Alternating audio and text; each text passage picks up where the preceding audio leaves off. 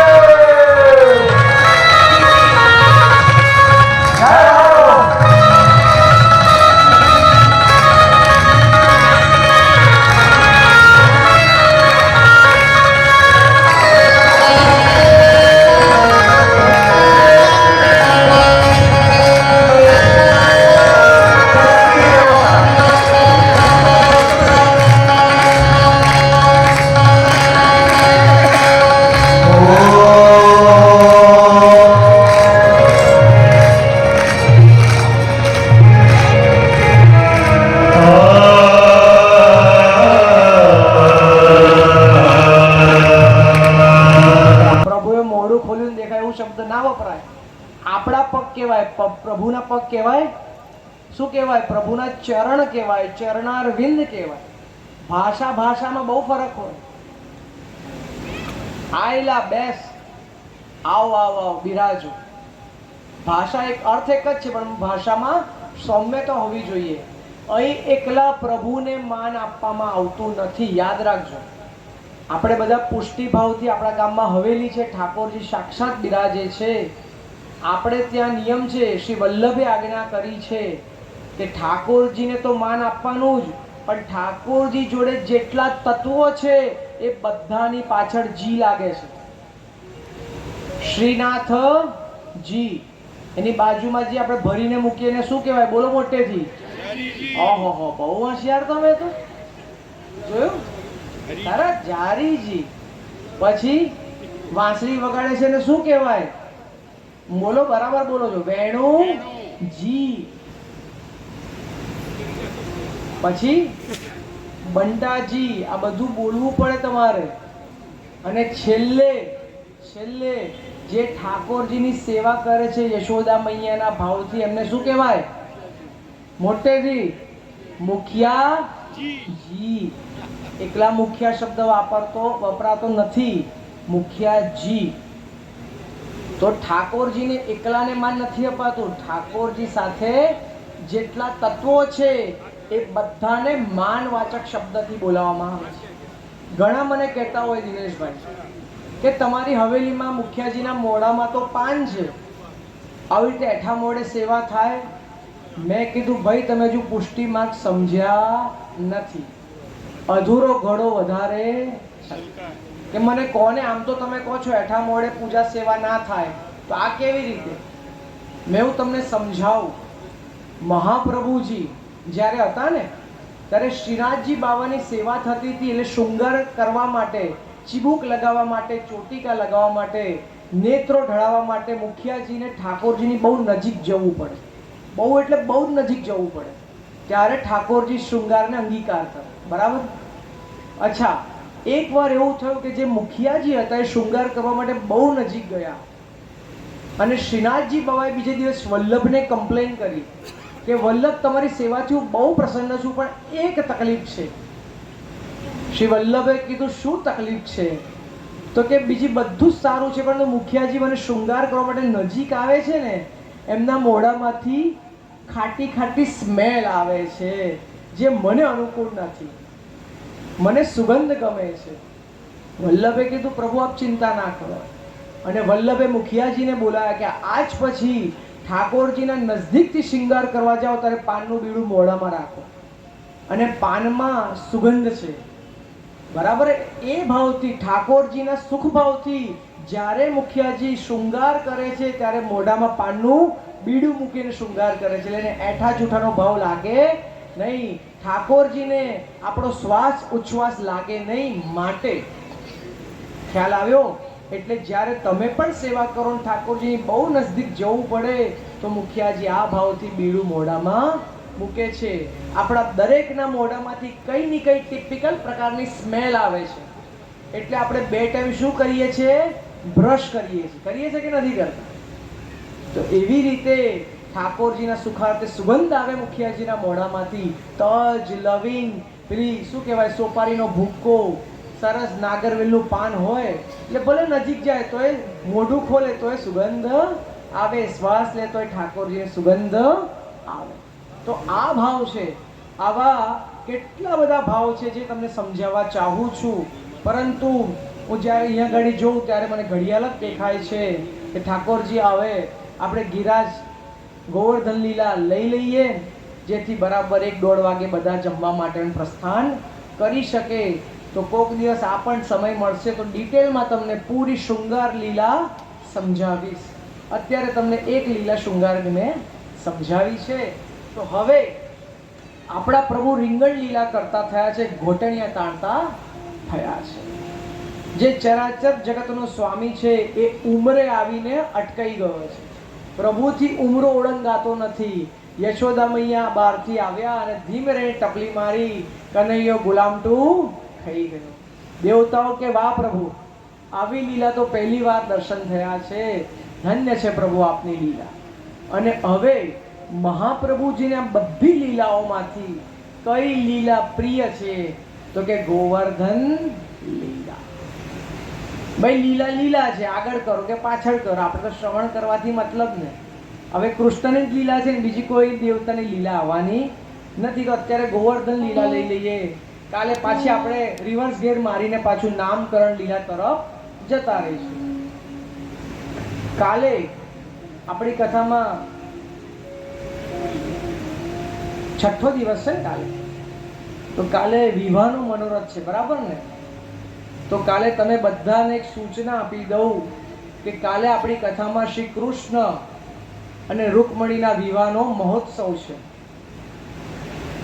તમને થોડીક સૂચના આપવાની છે, આપી દઉં. અહીં સાક્ષાત ઠાકોરજી, હમણાં કેવા શિવજી આવ્યા એવા સાક્ષાત ઠાકોરજી વૃંદાવનથી બાંકે બિહારી અહીંયા આવશે એવું જ તમને ભાવ લાગશે. અને જોડે રૂકમણી પણ તૈયાર થઈને આવશે. જે આ ભાવમાં તૈયાર થવાના હોય એ પહેલા દિનેશજીનો સંપર્ક કરી લે, એટલે તૈયાર કરવા વાળાને મેકઅપ કરવાની ખબર પડે. તો શ્રી કૃષ્ણ સાક્ષાત અને રૂકમણીજીના દર્શન તમને બધાને થશે. તો કાલે જે પણ બનવાના હોય દિનેશજીને નામ નોંધાવી દે. બીજું, કોઈના લગ્નમાં જઈએ તો લગર વગર જવાય નહીં. એટલે તમારા સુટકેસમાં કે કબાટમાં જે પણ ભારેમાં ભારી સાડી હોય એ પહેરી લેજો. ભારેમાં ભારો બગસરાનો કે જુઠ્ઠો સેટ હોય એ ચડાવી લેજો ગળામાં. અને કોઈના લગ્નમાં જઈએ તો ખાલી હાથે જવાય. કયું દાન કરવું પડે? હા, જો કેટલું બધું ખબર છે બધા. તો જે પણ નરેન્દ્ર મોદી એક નોટ બનાવી હતી, મને બહુ વાલી હતી, ગુલાબી કલરની નોટ દિનેશ, પણ મોદી સાહેબે નોટ બંધ કરી દીધી. તો તમને જે ગમે મોટામાં મોટી નોટ એનાથી તમે કન્યાદાન કરી શકો છો. આ કરવાથી ફરક શું પડશે? કંઈ નહીં પડે. તમને આ લીલાની ઝાંખી થશે. ઠાકોરજીને તુલસીજીને સજાવવામાં આવશે કાલે, એમને પ્રાર્થના કરજો. તમારા દીકરા કે દીકરીનું ન ગોઠવાતું હોય તો પ્રભુ તમે કેવા જુગલ સ્વરૂપે બિરાજો છો. અત્યારે પુરુષોત્તમ મહિનો છે, તો પ્રભુ અમને પણ એવા આશીર્વાદ આપો. અમારો દીકરો 25 વર્ષનો થઈ ગયો છે, એનું પણ જલ્દી આપની જેમ ગોઠવાઈ જાય.